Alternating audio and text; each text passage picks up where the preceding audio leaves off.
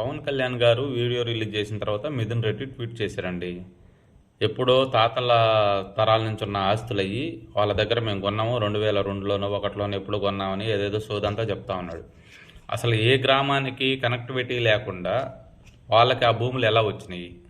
మీరు ఎవరైతే కొన్నారో వాళ్ళకి ఎలా వచ్చినాయి ఆ భూములు? తాతల కాలం నుంచి వాళ్ళు అసలు ఎలా ఉంటారు అక్కడ ఏ సంబంధము లేకుండా? నువ్వు ఆ విధంగా డాక్యుమెంట్స్ సృష్టించి ఆ విధంగా తయారు చేసుకొని ఇప్పుడు నీ జీవానికి నువ్వెవరి దగ్గర అయితే కొన్నానంటున్నావో అసలు వాళ్ళు బతుకున్నారా? భూమి మీద ఉన్నారా లేరా? అసలు అది కూడా కల్పితమేనా? వాళ్ళు కానీ ఉంటే వాళ్ళు కూడా నీ జీవానికి ఇప్పుడు జైలు పాలవ్వాలి. దాన్ని ఎవరైతే రిజిస్టర్ చేశాడో ఆ రిజిస్టర్ జైలుకు పోవాలి. మీదేముంది, 4 రోజులు ఉంటారు, మీకు మనకేం సిగ్గు శర్మ, బెయిల్ తెచ్చుకుంటాం, బయటకు వచ్చేస్తాము. మీ జీవానికి ఎంతమంది పోవాలి ఆ విధంగా? ఒకవేళ వాళ్ళు లేకుండా కల్పితం అయితే పర్వాలే, పాపం వాళ్ళన్నా సేఫ్. అదే డౌటు, అది కూడా కల్పితం అయి ఉంటుంది అనుకుంటున్నాను నేను.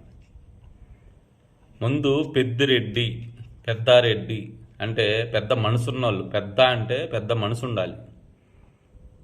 పెద్ద అంటే పెద్దగా దోసుకోవటం కాదు.